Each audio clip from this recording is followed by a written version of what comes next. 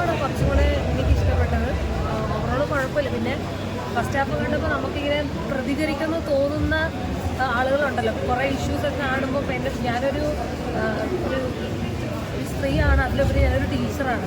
അപ്പോൾ ചില ഇൻസിഡൻ്റൊക്കെ കാണുമ്പോൾ നമുക്ക് തോന്നാറുണ്ട് പ്രതികരിക്കണം എന്നൊക്കെ നമുക്ക് ചിലപ്പോൾ തോന്നാറുണ്ട്. പക്ഷെ നമ്മുടെ സിറ്റുവേഷൻസ് നമ്മുടെ സൊസൈറ്റിയിൽ നമ്മളത് പ്രതികരിക്കുമ്പോൾ അത് എന്താവും എന്നുള്ള പേടി കൊണ്ട് പല സാഹചര്യങ്ങളും നമ്മൾ പല കാര്യങ്ങളും പ്രതികരിക്കാറുണ്ട്. അതിൻ്റെ ഒരു ഫസ്റ്റ് ഹാഫൊക്കെ കണ്ടപ്പോൾ എനിക്ക് അങ്ങനെയാണ് തോന്നിയത്. അപ്പോൾ എനിക്ക് ആ ഒരു സിനിമയുടെ ഫസ്റ്റ് ഹാഫാണ് കൂടുതൽ ഇഷ്ടപ്പെട്ടത്. ട്രെയിലർ ഇപ്പോൾ കാണിച്ചല്ലോ, അതെങ്ങനെയുണ്ടായി? അതറിയില്ല, ഇനി വരുമ്പോഴാണ് അതെങ്ങനെ ഉണ്ടാവും എന്ന് അറിയുള്ളൂ.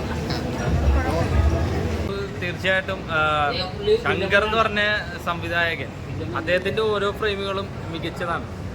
തീർച്ചയായിട്ടും ഇഷ്ടപ്പെടുന്ന ഒരുപാട് ഘടകങ്ങളുണ്ട് ഈ ചിത്രത്തിൽ.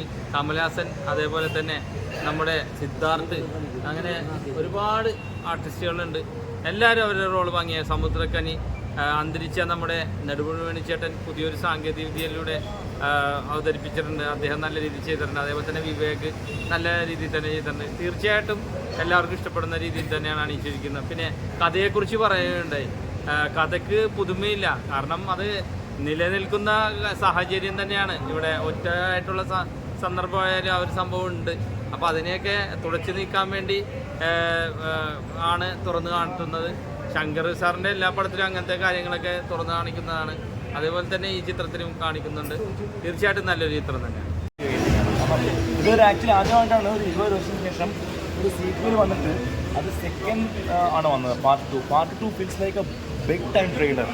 അതായത് തേർഡിന് വേണ്ടിയിട്ടില്ല, തേർഡാണ് കൂടുതൽ എക്സൈറ്റ് ആയിട്ട്. Awesome awesome awesome. കമൽഹാസൻ എങ്ങനെയുണ്ട്? സൂപ്പർ, പറയേണ്ട ആവശ്യമില്ല.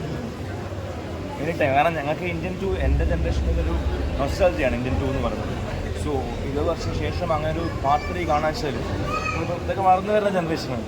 അപ്പം മേ ബി ഞാനൊരു സീക്വലായിട്ട് ജെയിംസ് ബോണ്ടിൻ്റെ മൂവീസൊക്കെ പോലെ എങ്ങനെ കണ്ടിന്യൂസ് ആയിട്ട് വരാൻ AI ടെക്നോളജിയിൽ ഒരു സിനിമയുടെ വിവേക്കാണെങ്കിലും മനുഷ്യ ഒരുപാട് ആക്ടേഴ്സ് നെടുമുടി വേണമെങ്കിൽ നമുക്കത് AI ഫീൽ ചെയ്യുക പോലും ഇല്ല. ഇപ്പോൾ ഏറ്റവും പുതിയ ആൾക്കാരോട് ചോദിച്ചു കഴിഞ്ഞാൽ അവർക്ക് ഞാനല്ലെങ്കിൽ അവരുടെയൊക്കെ ഫാമിലി എത്രമാത്രം ഫീൽ ചെയ്യുന്നുണ്ടാവും ഈ പടം കാണുമ്പോൾ. ഇപ്പോൾ വിവേകിൻ്റെ ആണെങ്കിലും നെടുമുടി വേണിൻ്റെ ഫാമിലി ആണെങ്കിലും പടം കണ്ടിറങ്ങുമ്പോൾ അവർക്ക് ഇതുപോലെ അവരെ തിരിച്ചു കിട്ടിയെന്ന് ആഗ്രഹിക്കുന്നുണ്ടാവും. അങ്ങനത്തെ ഒരു ഫീൽ, അങ്ങനെ ഇമോഷൻസ് ആയിട്ട് ഈ സിനിമയ്ക്കാണ്. അതേപോലെ ഫസ്റ്റിലെ AR റഹ്മാൻ്റെ ഒരു മ്യൂസിക് ആയിരുന്നു, പക്ഷേ ഇതിൽ അനിരുദ്ധാണ് വന്നിരിക്കുന്നത്. അതെങ്ങനെയാണ്? അല്ല, ആ പാർട്ട് 1 മ്യൂസിക്കിൻ്റെ ചെറിയ ഡാൻസ് അവിടെ ഇവിടെയൊക്കെ കാണുന്നു. അതൊരു വല്ലാത്ത ഫീൽ. അപ്പോൾ നമുക്ക് അതാണ് ഓർമ്മ വരുന്നത് കൂടുതൽ. അനിരുദ്ധിൻ്റെ മ്യൂസിക് പറയേണ്ട ആവശ്യമില്ല. ആ ഒരു പാർട്ട് 1 ബാക്ക്ഗ്രൗണ്ട് BGM എവിടെയൊക്കെയോ നമുക്ക് ഫീൽ ചെയ്യുന്നുണ്ട്. എവിടെയൊക്കെ ഉണ്ടത് ആക്ച്വലി ഒരു ബോട്ടം ലൈനായിട്ട് ഉണ്ട്. വേണം പക്ഷേ കാണേണ്ട ഒരു സാധനം തന്നെയാണ്. കമൽഹാസൻ്റെ മേക്ക് ഓവർ ഒരു രക്ഷയില്ല. അവർ സ്വന്തം അപ്പോൾ മുമ്പാടുള്ളായിരുന്നു നമ്മൾ ഇന്ത്യ മാറുന്നു. അത് മാറുമല്ലേന്ന് അറിഞ്ഞൂടാ. എന്തായാലും സിനിമ സൂപ്പർ, ഒരു രക്ഷയില്ല. അനിരുദ്ധിൻ്റെ മ്യൂസിക് എങ്ങനെയുണ്ട്? മ്യൂസിക് നമ്മൾ നോർമലി ഇപ്പോൾ കഴിഞ്ഞ പടത്തിൽ അനുസരിച്ച് ജയിലറിലൊക്കെ പോലെ തന്നെയാണെങ്കിൽ പോലും അത് കുറച്ചും കൂടെ സൂപ്പറായിട്ട്. പക്ഷേ 3ക്ക് വെയിറ്റിംഗ് ആണ്. 3ലാണ് ഇതിൻ്റെ പുറകെല്ലാം ഇരിക്കുന്നത്. ഇതിൻ്റെ ബാലൻസ് എല്ലാം 3ലാണ്. പടം സൂപ്പർ, എല്ലാവരും ഒന്ന് കാണാം. അപ്പോൾ എന്തായാലും ഈ പടം വന്ന് എല്ലാവരും തിയേറ്ററിൽ നിന്ന് കാണണം. സൂപ്പർ പടം. ഈ 3യുടെ ഒരു ഭാഗം ലാസ്റ്റിൽ കാണിക്കുന്നില്ലേ, ക്ലൈമാക്സിൽ?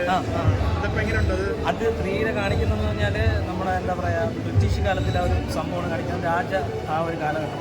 പക്ഷെ എന്തായാലും സംഭവം പൊളിയായിരിക്കും. എന്തായാലും 3ക്ക് വെയിറ്റിംഗ് ആണ്. എന്തായാലും കമൽഹാസൻ്റെ പെർഫോമൻസ് ഒന്നും പറയില്ല. പുള്ളി ഈ ഒരു ഏജിലും ആ ഒരു പെർഫോമൻസ് ചെയ്ത് ചെയ്യാമെന്ന് ഒരു രക്ഷയില്ല.